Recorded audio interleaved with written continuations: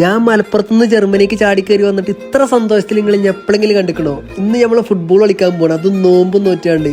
കഴിഞ്ഞ 2 മാസമായിട്ട് നമുക്ക് പന്തും തൊടാനുള്ള അവസരം ഉണ്ടായിട്ടില്ല. പക്ഷെ ഇപ്പോഴാണ് ഇപ്പൊ അതിനൊരു അവസരം ഉണ്ടായത്. പിന്നെ എങ്ങനെ നമ്മൾ സന്തോഷിച്ചാൽ നിൽക്കുക? ഞാൻ ആദ്യമായിട്ട് വരാൻ കൊണ്ട് തന്നെ എന്നെ കൂട്ടിക്കൊണ്ടാൻ വേണ്ടി ട്രാം ഇറങ്ങുന്നിടത്തേക്ക് ജോയിക്ക് വരേണ്ടി വന്നു. ഇതിപ്പോ ഞാൻ രാവിലെ വിളിച്ച് പറഞ്ഞതുകൊണ്ട് തന്നെ എന്റെ കയ്യിൽ ബൂട്ടും ഇല്ല, ജെയ്സി ഇല്ല, ഒന്നുമില്ല.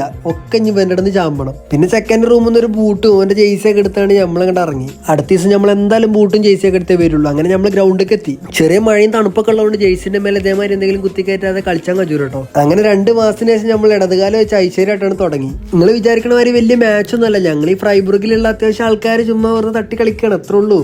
പിന്നെ എല്ലാവരും നല്ല അടിപൊളിയുണ്ട്. ഫസ്റ്റ് സീസൺ ആണെങ്കിൽ പോലും എനിക്ക് ആ ഫസ്റ്റ് സീസൺ പോലെ ഒന്നും ഫീൽ ചെയ്തില്ല. മാത്രമല്ല എല്ലാവരും നല്ല പ്ലേയേഴ്സും ആണ്, വേറെ കാര്യം. പിന്നെ പിന്നെ കാര്യമില്ല, ഞാൻ എല്ലാവരോടും പെട്ടെന്ന് തന്നെ ചാടിക്കയറിയാണ് കമ്പനിയാണ്, വേറെ കാര്യം. നിങ്ങൾ ആലോചിച്ച് നോക്കി, നമ്മളിങ്ങനെ നമ്മളെ രാജ്യമൊക്കെ വിട്ട് നിൽക്കുന്ന സമയത്ത് ഇങ്ങനെ എന്തെങ്കിലുമൊക്കെ ഇല്ലാതെ നമ്മൾ എങ്ങനെയാണ് അവിടെ നിലനിൽക്കുക? എനിക്ക് നോമ്പുള്ളതുകൊണ്ട് തന്നെ ഒരു അരമണിക്കൂർ തട്ടിക്കളിച്ച് കയറാമെന്ന് ഞാൻ ആദ്യം വിചാരിച്ചത്. പിന്നെ ഇങ്ങനെ മണിക്കൂറുകൾ പോയി ലാസ്റ്റ് 3 മണിക്കൂറൊക്കെ ആയപ്പോഴാണ് ഞങ്ങൾ കളി നിർത്തിയത്.